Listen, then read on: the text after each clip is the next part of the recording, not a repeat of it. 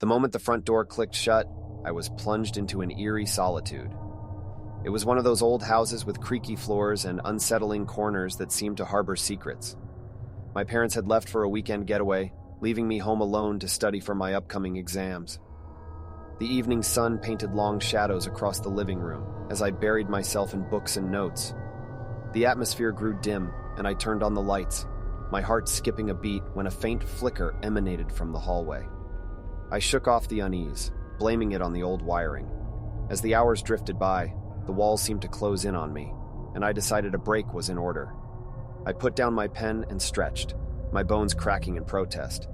It was in this silence that I first heard it, a soft rustling like the whisper of paper being shuffled. My gaze snapped to the hallway where the light flickered again. I was sure I'd turned it on earlier, but now it stood defiantly off. A chill ran down my spine as I considered the possibility of an intruder. "Hello?" I called out, my voice trembling slightly. No response.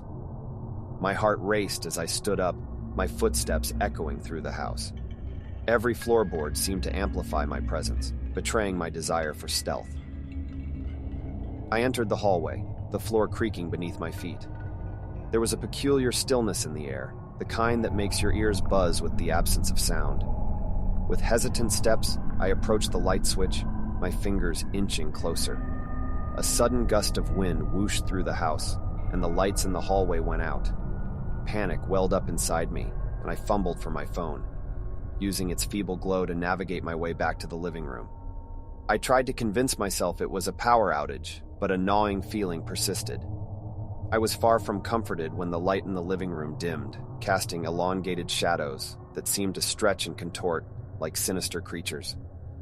My gaze darted around the room, looking for an explanation, a rational reason for this madness. And then, a whisper. Faint, almost inaudible. My heart pounded against my ribcage as I strained to catch the words. Alone. Not alone. My breath caught in my throat, and I scanned the room, my eyes wide with terror. "Who's there?" I demanded, my voice quivering. The whisper came again, closer this time. "Can you hear me?" My mind raced, torn between the impulse to flee and the urge to confront whatever unseen entity taunted me. Gathering my courage, I spoke again, my voice shaky but defiant. "What do you want?" The lights flickered back to life, revealing nothing but the empty room. I blinked, my mind playing tricks on me as doubt crept in. Maybe I was just exhausted, my imagination running wild in the darkness. Determined to shake off the unease, I returned to my books, the soft glow of the table lamp offering a semblance of comfort.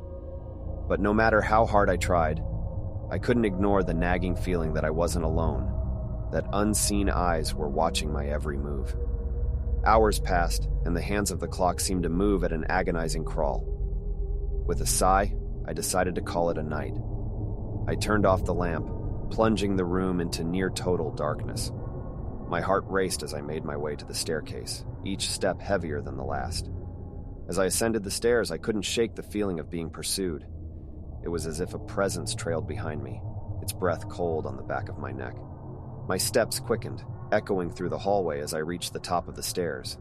I paused, my breath catching as I saw it, a shadowy figure at the end of the hallway. "Who are you?"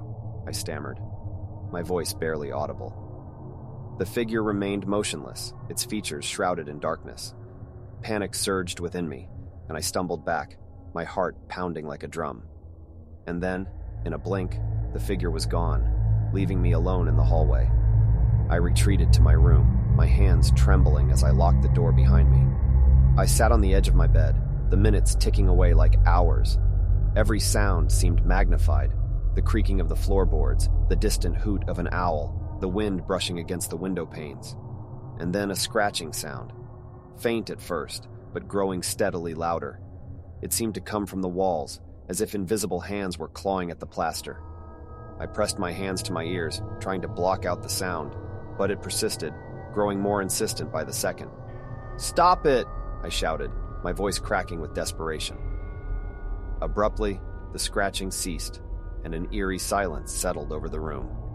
I let out a shaky breath, my heart still racing, and then a whisper, Not from the walls, but from right beside me. You can't escape. I turned, my eyes widening in terror, as the shadowy figure materialized at the foot of my bed. It was closer now, close enough for me to make out its distorted features, hollow eyes, and a mouth that seemed to stretch impossibly wide. I recoiled, my back hitting the wall as I desperately searched for a way out. The figure advanced, its movements unnatural and disjointed. "Leave me alone," I screamed, my voice raw with fear. And then, as quickly as it had appeared, the figure dissipated, leaving behind a void of darkness. The room was still.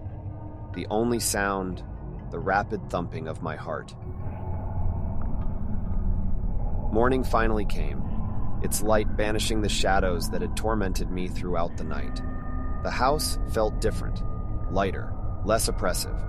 But the memory of that night lingered, a reminder that darkness could hide unimaginable horrors.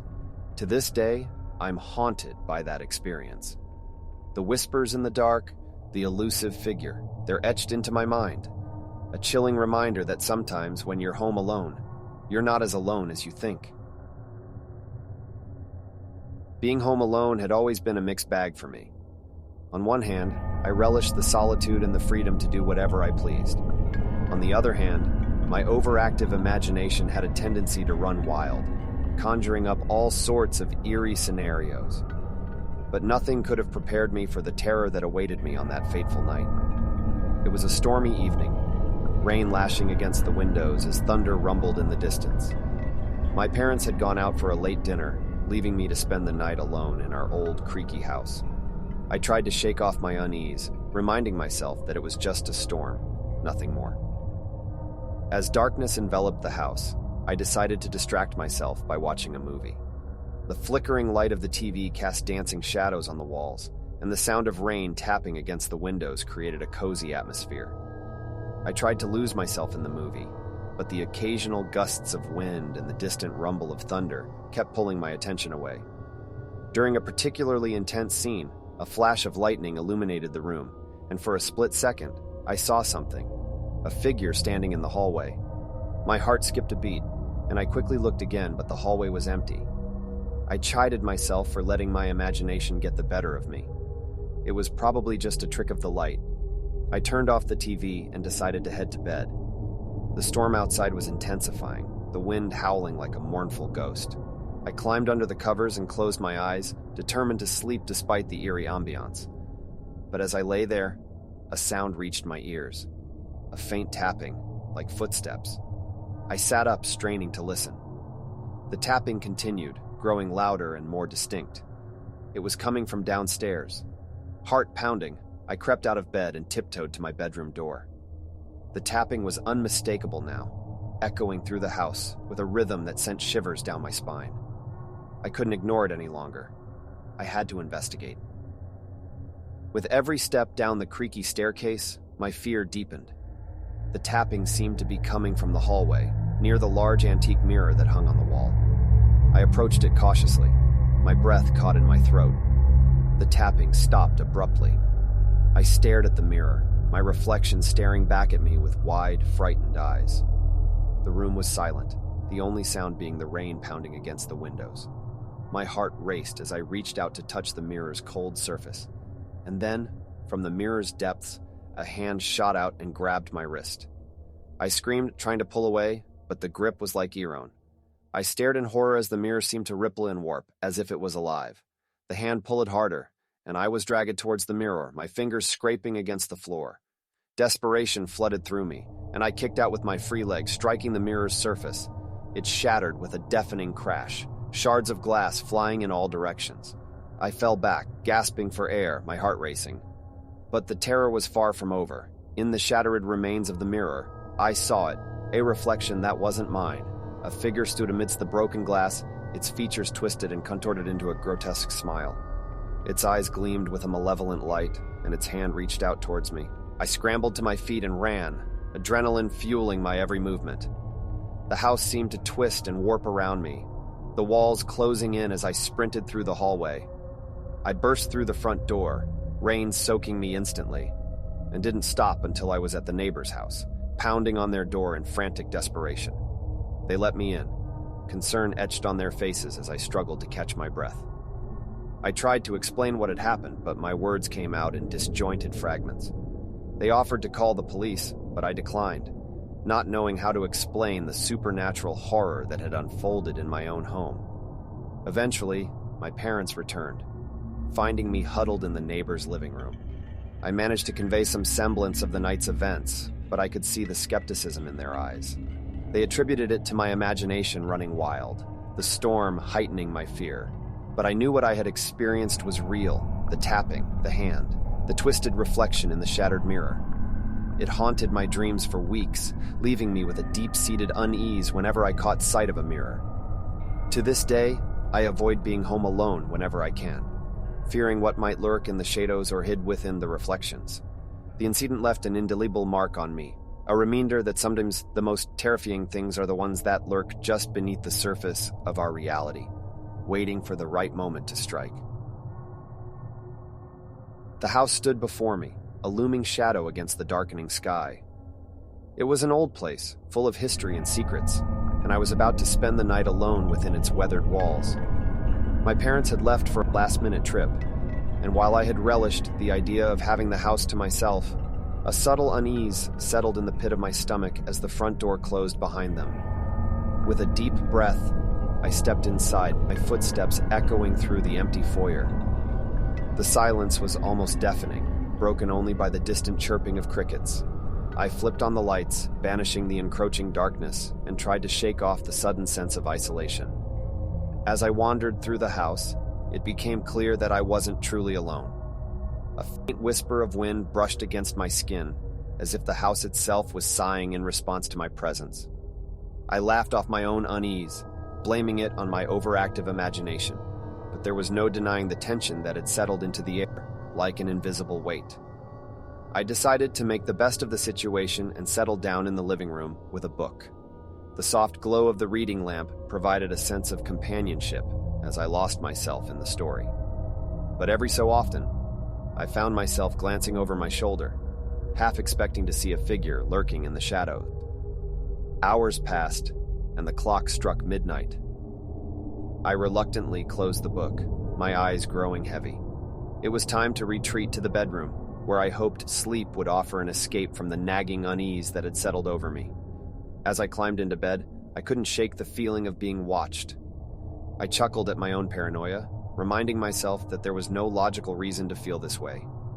Yet, when I closed my eyes, the sensation only intensified. Every creak of the floorboards, every gust of wind against the window seemed like a sinister whisper. I tried to will myself to sleep, burying my head beneath the covers, but the quiet of the house seemed to amplify every sound. And then, above the symphony of creaks and groans, I heard it, a distinct tapping, like fingernails against glass. My heart pounded in my chest as I sat up, straining to locate the source. The tapping came again, unmistakably against the window pane. I felt a shiver run down my spine as I approached the window cautiously, my breath catching in my throat. My gaze scanned the darkness outside, searching for any sign of movement. And then, I saw it. A figure standing at the edge of the yard. I stumbled back, my heart racing. It was too dark to make out any features, but the silhouette was unmistakable. Panic gripped me as I rushed to the front door, locking it with trembling hands. I tried to dismiss the figure as a trick of my imagination, a manifestation of my growing fear. I returned to my bedroom, my thoughts in turmoil. I needed to calm down, to rationalize the situation.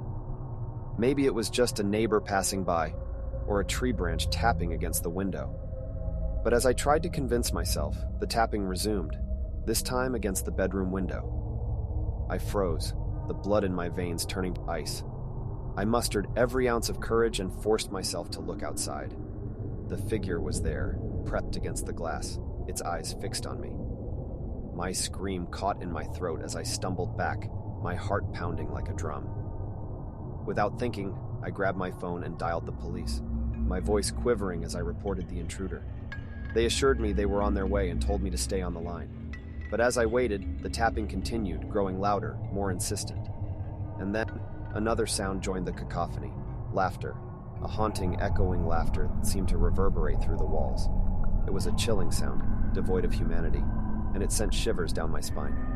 The laughter seemed to be coming from all around me, surrounding me in a nightmarish chorus. I clutched the phone to my ear, my voice barely a whisper as I begged for help.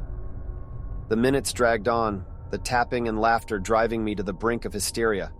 And then, just as suddenly as it had begun, the noise ceased. The silence that followed was even more unsettling, a stark contrast to the cacophony that had engulfed me. When the police finally arrived, they searched the premises thoroughly, finding no sign of the intruder. They assured me it was safe, that my imagination had likely run wild in the solitude of the house. But I knew what I had seen, what I had heard. It was real as the fear that still clung to me. As dawn broke and the first rays of sunlight spilled through the windows, I felt a mixture of relief and exhaustion. The house, once a sanctuary, now felt tainted by the events of the night. I couldn't shake the feeling that something had been there with me, something that defied explanation, something that thrived in the solitude. In the days that followed, I struggled to shake off the lingering unease. Every creak of the floor, every whisper of the wind seemed to carry a sinister undertone. I tried to convince myself it was all in my head, that I had let my imagination run wild. But deep down, I knew I had encountered something beyond the realm of the ordinary, something that had left its mark on me. To this day, I can't forget the tapping on the window, the haunting laughter, the figure in the darkness. The experience has changed me, a constant reminder that even in the safety of our own homes, we are never truly alone.